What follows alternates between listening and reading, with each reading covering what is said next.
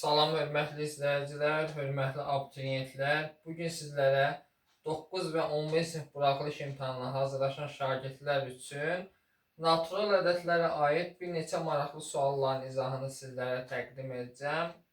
Uzun zamandır lövhə qarşısında suallar izah etmədik. Yenidən lövhə qarşısında sizlərə suallar izah edəcəyik. İzaha keçməmişdən əvvəl bu cür videolar sizlər üçün faydalıdırsa, kanala keçid edib abunə ola bilərsiniz. Həmçinin onlayn dərslərimiz haqqında məlumat əldə etmək üçün 051 552 15 77 nömrəsi WhatsApp-dan yaza bilərsiniz. İlk sualımız belədir. 3 sual sizlərə təqdim etmişəm.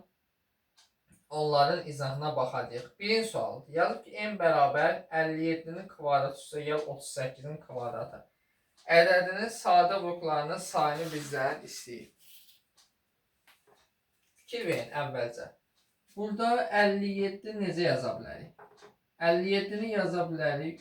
3 vurulsun 19 kvadratı üstə gələk. 38-i yaza bilərik. 2 vurulsun 19-un kvadratı bərabər. İndi bunu ayrıca yaza bilərəm. 3-ün kvadratı vurulsun 19-un kvadratı üstə gələk 2-nin kvadratı vurulsun 19-un kvadratı. İndi diqqətlə fikir verin. 19-un kvadratı hər ikisində varmı?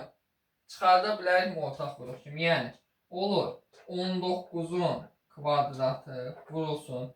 Burada 3-ün kvadratı eləyir 9. 2-nin kvadratı eləyir 4. Bərabərdir. 19-un kvadratı 9 ilə 4 toplasaq eləyir 19. İndi bizdən istəyir ki, sadə vurğularının sayını soruşur bizdən. Sadə vurğular nədir? Qüvvətlərin sayıdır. 19-dan 2 dənədir, 13-dən 1 dənədir. Deməli, sadə vurğu sayı olacaq 2 plus 1. Cəmsi neçə olur? 3.